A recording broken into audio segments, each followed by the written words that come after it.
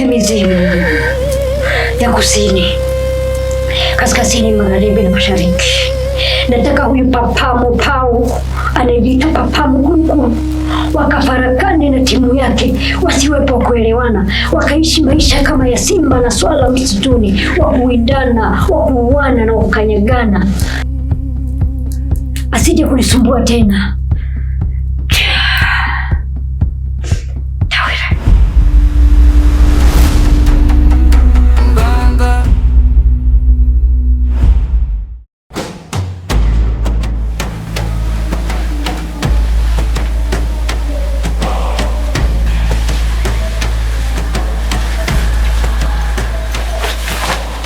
Ndio umekwenda sana.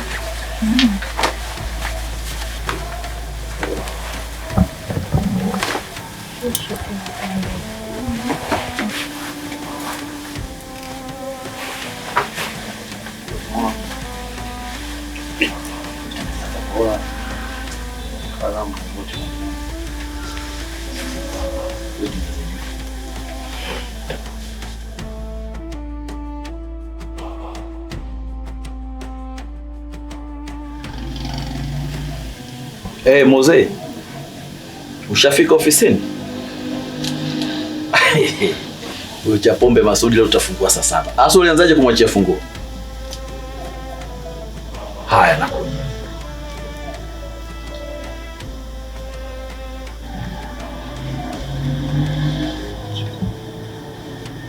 Nini batala?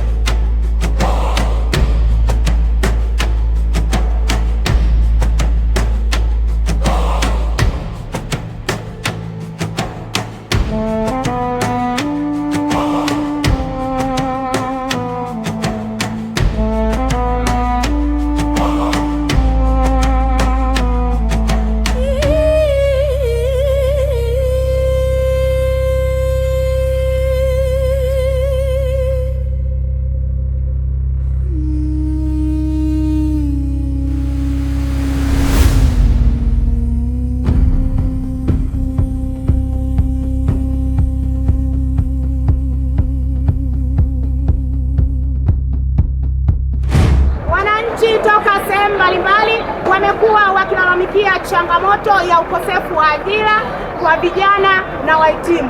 Hivyo tuende kazi.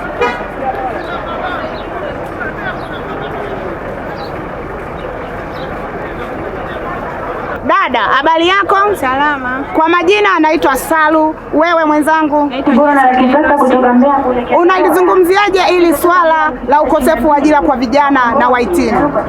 Mimi ningeomba serikali yetu angalau ituangalie kwa jicho la tatu, manake vijana wengi wapo mitaani hawajaajiriwa na vyeti vyao, hususan kwa wanawake. Wangejitahidi waangalie, maana wenye vyeti ni wengi sana. Mwisho wa siku wanawake wataishia mitaani kujiuza, wengine wana familia wanashindwa kutunza familia yao. Tungeomba serikali iajiri hata wanawake angalau kwa mwaka. Halo daktari. Mimi ndo najiandaa hapa naingia night. Kwa hiyo nikifika nitaangalia afu nitakujulisha. Sawa daktari. Nikifika nitakujulisha. Haya.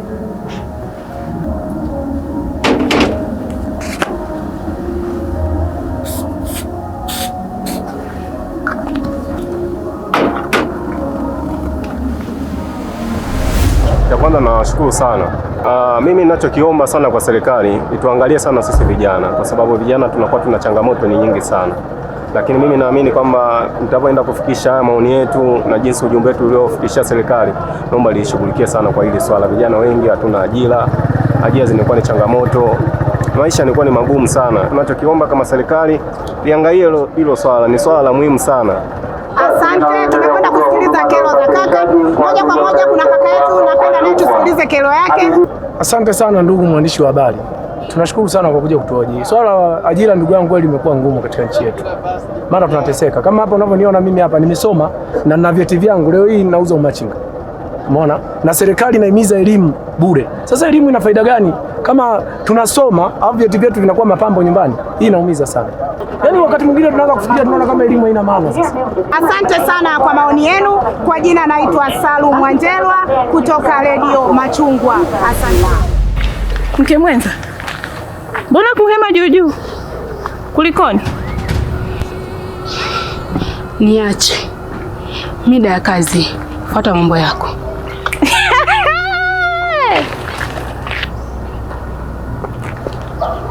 Eti sasa naye askari huyo kuyo.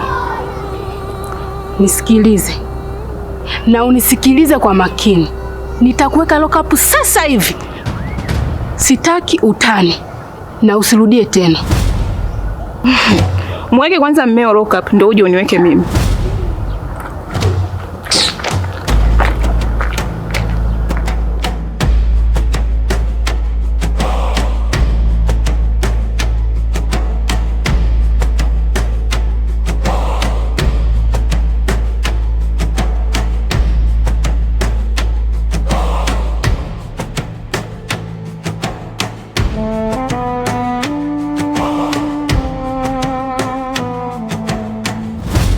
Bibi, kama nilivyokuambia, nafikiri umeelewa nilivyojitambulisha au nirudie tena?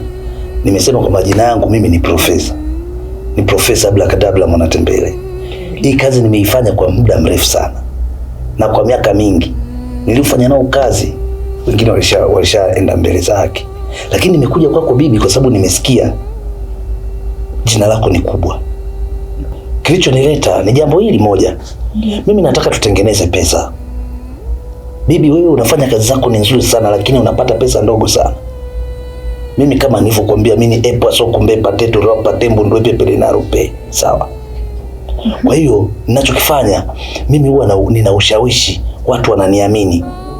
Katika uprofesa wangu watu wanaamini kabisa mimi ni mganga.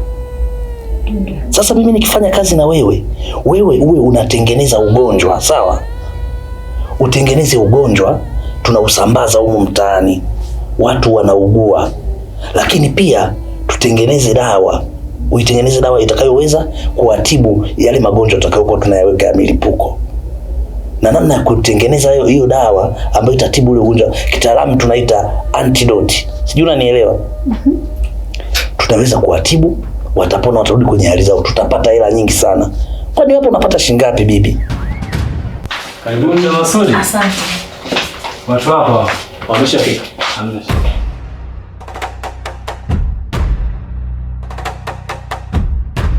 Karibu dada. Asante. Habari ya kazi? Ni sawa. Katika pita zangu nikaona mabango yenu huko. Nikajaribu kupata namba zenu. Nafikiri ndo zimenifikisha hapa. Hizo namba ulizopiga hapa ndo sehemu yake sahihi. Na sisi ndo tuliopokea. Hongera sana kwa kufika hapa. Asante. Karibu na kusikiliza. Asante. Nilikuwa na shida kidogo dokta. Nimekuja na mdogo wangu hapo, unavyomuona bado ni binti mdogo. Sasa amelukaluka mwenyewe huko, kajichanganya, kabeba ujauzito. Kwa nikaona nimlete hapa ili angalau uweze kutusaidia, maana anataka kuendelea na masomo yake. Lakini wewe unajua hapa ni huduma gani tunazozitoa? Bila shaka umesoma kwenye hilo bango ambalo linajieleza kila kitu. Si ndio? Kwa hiyo unapoleta swala la abortion, sisi hapa hatufanye abortion. Sawa daktari, najua. Lakini najua hii ni nje ya kazi yako. Lakini nimemleta hapa kwa sababu ninaamini pia unaweza. Yaani hapo alipoanza maisha kuwa mzazi, umri mdogo mno. naomba unisaidie dokta. Akija mtu nimtizamia na kumpatia dawa, hela nyingi sana, ipate 15,000, 20. Haiseni hela ndogo sana. Ndogo? Yule unayopata 10,000, 15,000 kwa kazi najua kuletea mimi, tukiifanya tutapata hela kubwa sana. Angalau wateja, tukipata wateja 3, 4, sio chini ya milioni 15 mpaka 20 wakati mwingine. Kwenye mpango sasa hapo mimi nakuikaje? Manufaiko utapata tu kunufaika kwa sababu tutagawana asilimia. Wewe utachukua asilimia 40, mimi nitachukua 60. Wewe kazi yako ni kuongea tu huko, kutafuta labda watu, lakini mimi kazi yangu ni kuchanganya vyote niweze kupata sumu. Alafu nikishachanganya tena nipate tiba. Alafu ndio kule napata asilimia 40. Kweli inaingia akilini? Sikiliza bibi, mimi si ndio nimekuletea mpango huu, wewe ulikuwa unajua mpango. Kwa nini sichukue mimi 60 ukachukua 40? Sasa bibi, basi isiwe kesi. Kwa sababu gani? Wote tumekaa hapa kwa ajili ya kutafuta kitu hiki. Na tunatakiwa tubadilishe maisha yetu. Ili mimi nisinungunike na wewe usinungunike. Acha tugawane, wewe chukua 50, mimi nichukue 50. Unaoneje? Hapo itakuwa sawa. Kwamba kama ni mpango kule kupata 50 kwa 50, niko tayari kuchanganya vyote ili tuweze kupata pesa. Maana ukishakuwa na pesa, pesa sabuni ya roho bwana. Sasa mimi ninachokuahidi, ninavyotoka hapa, naenda kuiandaa timu yangu. Ikakae kila kona. Tumalize kazi, nitarudi. Basi ameshindeweka, andae timu na mimi kuniendelea kuandaa madawa ili tumalize kila kitu. Asante. Kazi njema. Jukumu ambalo natakiwa sisi tulifanye ni kumtibia mgonjwa kwa dawa za asili. Sasa masuala ya abortion tena lakini pia najua dokta, mkono mtupa ulambwe. Sijaja vibaya, niko vizuri. Kama ni mambo ya pesa, sasa nikafinish kila kitu. Ili mradi tu umsaidie mdogo wangu. Tafadhali dokta. Kwa hiyo na unataka kuniambia yani kama unavyosema kwa kujaja vibaya, kila kitu kiko sawa? Sawa, tutajaribu kukusaidia niangalie namna ya kuweza kupambania hilo jambo ikae sawa, lakini kiuhalisia ni kwamba sisi hatutoi huduma hiyo, ila tutajitahidi kuweza kufanya hivyo mambo yakae. Na ina muda gani? Wana ujauzito wa mwezi mmoja. Hili liko ndani ya uwezo wangu, inawezekana kabisa. Nashukuru sana dokta. Ni sawa, lakini pia utaratibu wa kuweza kuilipa hiyo pesa utalipa kupitia lipa namba ambayo ni ofisi. Sawa. Utamwona bwana mmoja yuko anaitwa Moses, yuko reception hapo. Hebu nenda pale, atakupa utaratibu wote namna ya kuweza kuilipa. Nashukuru sana.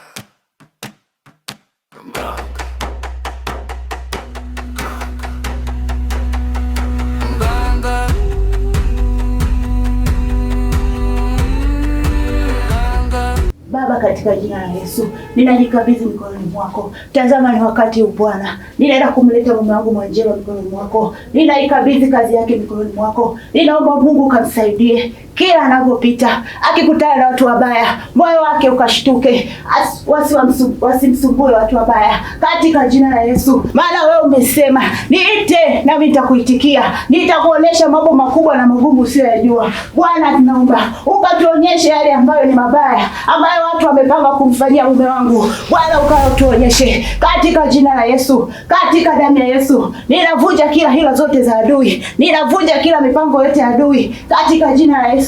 Kila silaha zinazotumwa juu yake zisifanikiwe, kila silaha zinazofanyika juu ya maisha yake zisifanikiwe katika jina la Yesu, katika damu ya Yesu. Kila silaha zilizokwisha fanyika juu ya maisha yake naziondolea nguvu ya kufanya kazi. Mungu unayeweza, Mungu unayetosha, usituache Bwana, usituache Bwana. Tumechagua kukutumikia wewe. Saidie Mungu wangu. Ninakuomba Baba, Baba Mungu usiyeshindwa. Saidie, asaidie watu wote katika hii nyumba. Ninaomba ulinzi katika hii nyumba.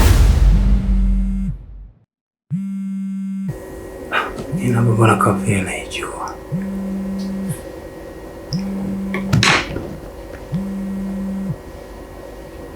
Halo.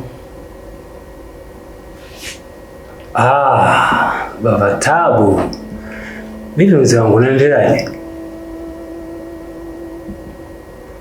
Vizuri.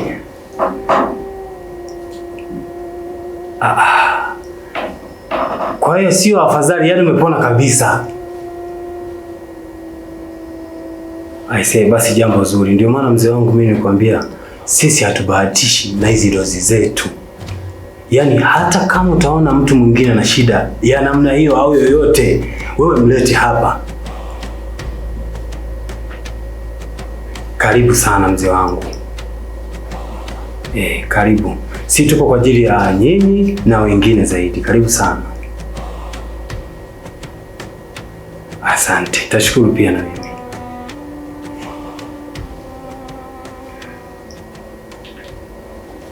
Shenzi nini? Unasema umepona? Yaani unaponaje kwa mfano? Yaani sisi tuko hapa ili tuishi vizuri, lazima uumwe wewe. Sasa unasema umepona, umeponaje? Sasa hivi tunafanya mpango, naongea na bosi, ongea na mapawa kule. Tutafute dawa ya kutengua lile kiuno kabisa. Au tumbo. Tutajua.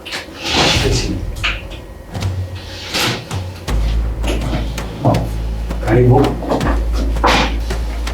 Mr. Manjelwa nimemkuta. Mr. Manjelwa katoka yuko nje kwa ajili ya kuhudumia wagonjwa. Ila isikupe shida, mimi mwenyewe naweza kuhudumia. Karibu sana. Hivi unajielewa kweli? Unajua unaongea na nani? Nadhani umenielewa vibaya dadangu. Mimi niko hapa kwa ajili ya kuhudumia wagonjwa, kuwasikiliza. Naambie nini ambacho kinakusumbua tukuhudumie. Karibu sana. Sikia wewe, usiniite mimi dada. Mimi sio dada yako. Akija Mr. Manjelwa, utamwambia Sasha alikuja. Na yeye ndo atakwambia Sasha ndio nani. Umenisikia wewe mjinga? Sikiliza wewe dada. Mimi ni mganga ujue. Takugeuza sasa hivi kwa kunguru.